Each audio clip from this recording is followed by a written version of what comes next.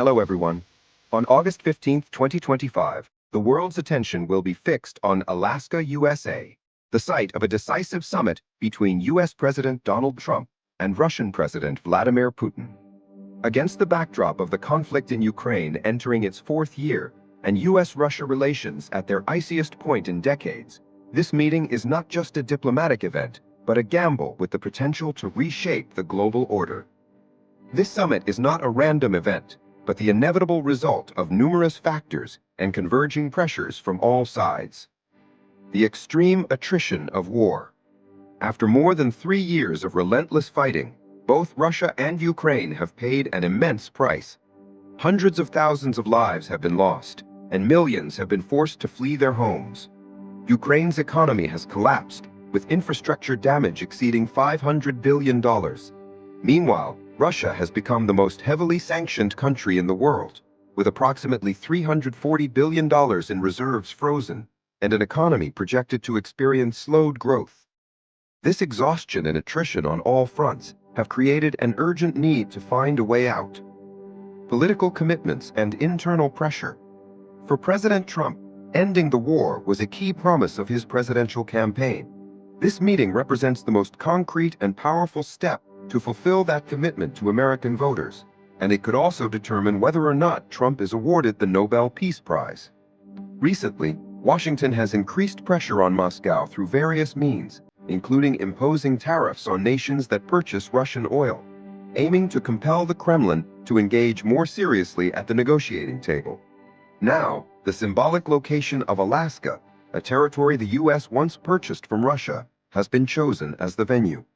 The atmosphere of the meeting is expected to be pragmatic, focusing on core issues rather than cumbersome formalities.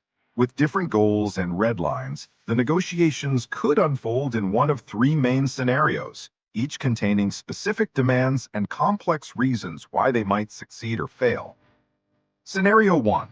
This is the most optimistic scenario, in which both leaders demonstrate considerable flexibility to achieve a comprehensive agreement, setting the stage for a complete cessation of the conflict. What would the Russian side demand? Recognition of the new territorial reality. This is the core demand. Russia would want the US and Europe to de facto accept Russia's control over Crimea and the annexed territories in Donbas, Kherson, and Zaporizhia. Next is permanent neutrality for Ukraine. Russia would demand a legally binding commitment that Ukraine will never join NATO or any other military alliance that could harm Russia's security. Finally, the gradual lifting of sanctions. In return for reducing its military presence, Russia would demand a concrete roadmap for lifting economic sanctions, especially those targeting the energy and financial sectors. What would the US side demand? A complete Russian withdrawal. The US, under pressure from Ukraine and European allies, would demand Russia withdraw all troops from Ukrainian territory, returning to the pre-2014 lines.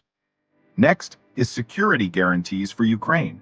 Instead of NATO membership, the US might propose a different security guarantee model for Ukraine with the participation of major powers, including the US, as a defense pact.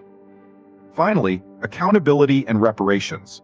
The US would demand that Russia be held financially responsible for Ukraine's post-war reconstruction and that individuals be tried for war crimes. So could these proposals be accepted by both sides?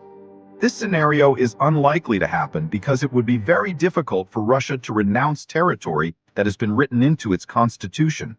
This would be a political humiliation and an unacceptable failure for President Putin and all of Russia. The US would also find it difficult to accept a change of borders by force, as it breaks the core principles of international law. A breakthrough might only amount to a ceasefire agreement and a complex roadmap for future negotiations. Scenario 2. This is the most feasible and realistic scenario, where both sides, while unable to resolve the core issues, would reach temporary agreements to reduce tensions and maintain dialogue. What would the Russian side demand? A ceasefire in place. This would be the most important demand, the freezing of the current lines of conflict, as it would allow Russia to consolidate control over the territories it currently occupies without further fighting. Next is the establishment of military communication channels to avoid accidental clashes and manage incidents on the front line. And finally, the easing of some trade restrictions. For example, the export of Russian fertilizers and agricultural products in exchange for guaranteeing a safe corridor for Ukrainian grain. What would the U.S. side demand? An internationally monitored ceasefire.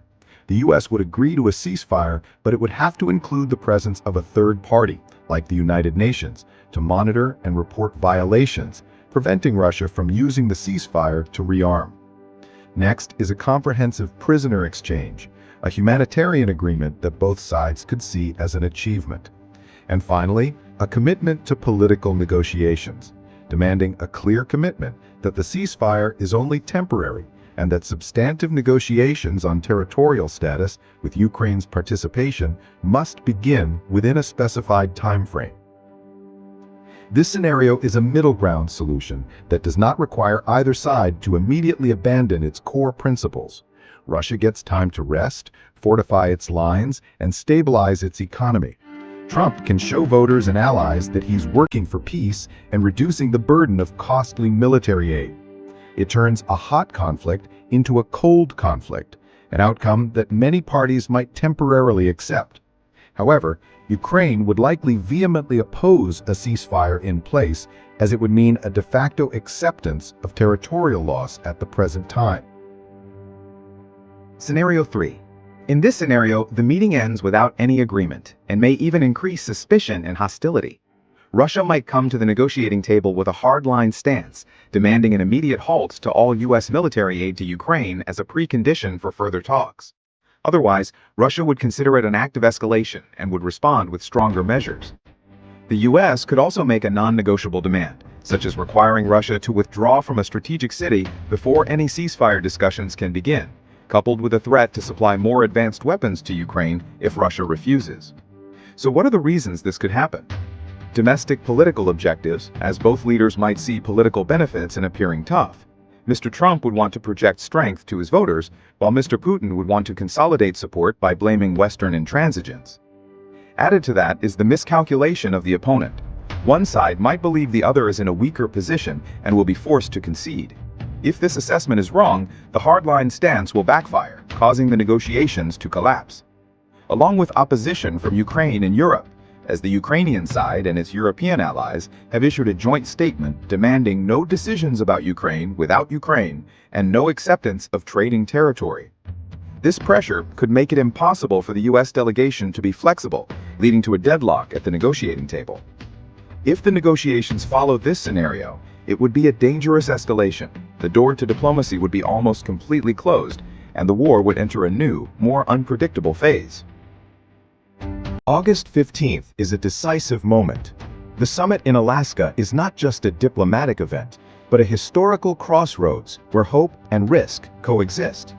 It could be the opportunity to end a devastating war that has lasted for more than 3 years, bringing a fragile but precious peace to millions.